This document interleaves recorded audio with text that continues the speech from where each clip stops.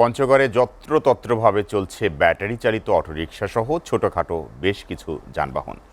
এসব যানবাহনের জন্য নির্দিষ্ট কোনো স্ট্যান্ড না থাকায় শহরের সড়ক আর অলিগলিতে অবাধে দাঁড়িয়ে থাকায় তৈরি হচ্ছে যানজট।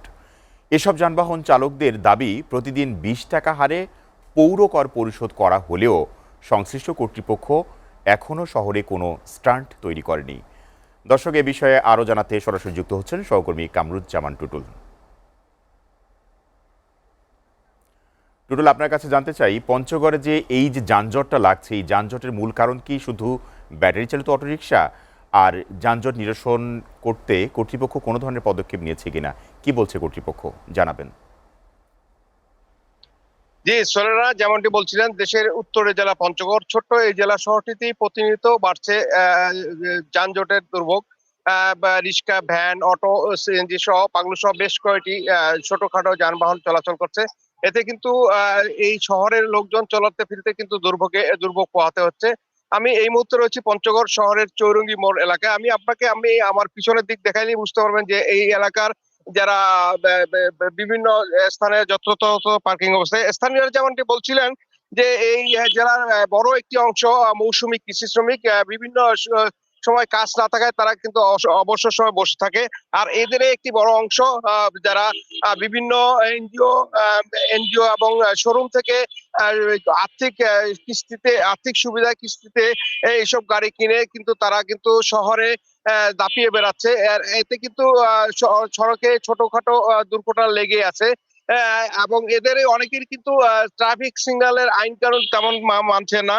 তাই এর জন্যই কিন্তু দুর্ঘটনা কিন্তু প্রতিনিয়ত ঘটতেছে। আমি এইসব যানবাহন চালকদের সঙ্গে কথা বলে যেমনটি জেনেছি যে জেলার তারা যেমনটি বলছিলেন আমাকে, শহরে চলাচলের জন্য তাদের পৌরসভার কর্তৃপক্ষ কিন্তু প্রতিদিন তাদের পৌরসভার নিয়োগকৃত লোক ২০ টাকা করে তাদের গাড়ি প্রতি নেয়।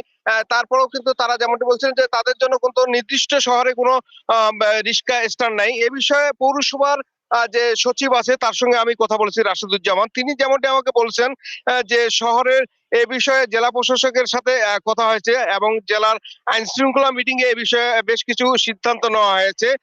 তবে এই সমাধান কিভাবে কবে হবে এ বিষয়ে তেমন কোনো সদুত্তর তিনি দিতে পারেনি। আমি আরো কথা বলেছি পঞ্চগড়ের বিভিন্ন ব্যবসায়ীদের সঙ্গে। ব্যবসায়ীরাও আমাকে যেমনটি বলছিলেন যে আসলে এই লোকজনের সংখ্যা কিন্তু যানবাহন বেশি হয়, কিন্তু এর দুর্ভোগ কিন্তু স্থানীয়দেরকেই পোহাতে হচ্ছে।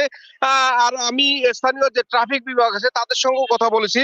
তারা আমাকে জানাচ্ছেন যে তারা যেমনটি বলছেন যে আইন শৃঙ্খলা ফেরাতে তারা সর্বোচ্চ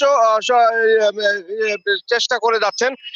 আর স্থানীয় যারা সংশ্লিষ্টদের সঙ্গে আমি কথা বলে যেমনটি জেনেছি যে তারা আমাকে যেমনটি বলছেন যে আসলে এই জেলার যে লোক সংখ্যার চেয়ে যানবাহনের সংখ্যা বেশি, এবং দিন দিন এর প্রতিক্রিয়া যানবাহনের সংখ্যা বেড়েই চলেছে।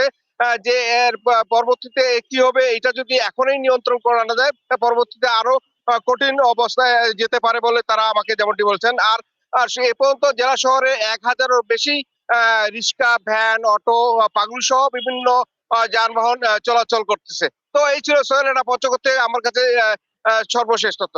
সোহেল রানা। টুটুল, আপনাকে ধন্যবাদ।